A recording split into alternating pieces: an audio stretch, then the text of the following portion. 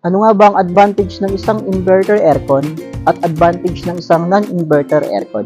Para kanino nga ba si non-inverter aircon? Mostly, kung ginagamit mo lang siya ng below 8 hours a day, mas recommended siya para sa inyo.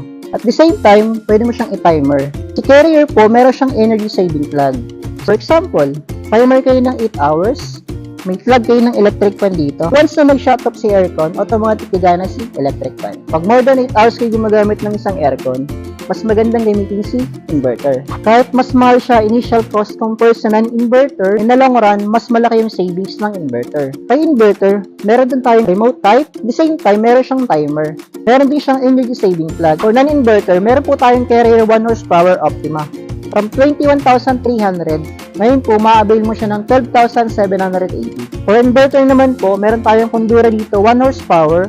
From 37,000, ma-avail mo lang siya ng 19,995. Dito lang yan sa Mang Cosme Bodega.